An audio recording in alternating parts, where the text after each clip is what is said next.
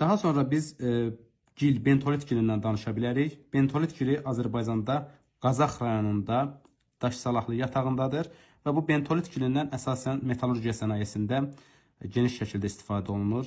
Yəni qəliblərin hazırlanmasında istifadə olunur, çünki bu oda çox davamlıdır. Daha sonra biz gips yataqları haqqında danışa bilərik. Gips yataqları Azərbaycanda ən geniş yayılıb Goranboy rayonu ərazisində və Goranboy rayonunda yəni biz bu yataqlara daha çox rast gəlirik. Ən böyük yatağı da Ağzəkənd yatağıdır.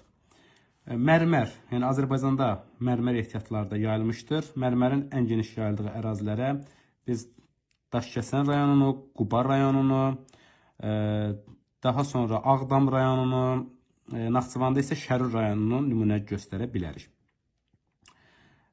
Digər bir təbii sərvət travertin yataqlarıdır və Azərbaycanda ən böyük travertin yataqları yenə də Naxçıvan ərazisində, Kəngərlidə və yenə də Kəlbəcərdə istisu ərazisində biz rast gələ bilərik.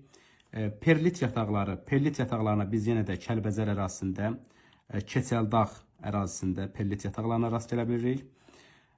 Kvars qumu, Azərbaycanda kvars qumları əsasən Abşeron zonasındadır. Abşeronda Hacıvəlli və Hökməli, bir də ki Quba ərazisində müəyyən qədər biz təbii ki kvars qumlarına rast gələ bilərik.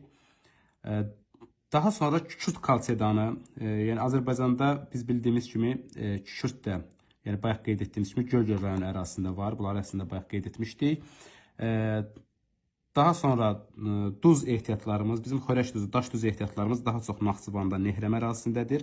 Çökmə duz ehtiyatlarımız isə Abşeronda, xüsusən Masazır qəsəbəsi ərazisində geniş şəkildə yayılmışdır. Daha sonra biz barıt ehtiyatlarından danışa bilərik. Azərbaycanda barıt ehtiyatları Daşkəsəndə Çovdar yatağında və Goranboyda isə Başqışlaq yataqlarında geniş yayılmışdır.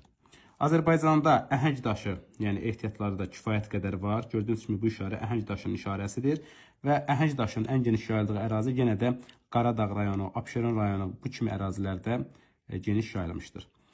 Bu gördüyümüz işarə sement xammalıdır. Sement xammalı Azərbaycanda yenə də ən çox Qaradağ, yəni Abşeron rayonunda, Qaradağ rayonunda əsasən ən geniş yayılmışdır.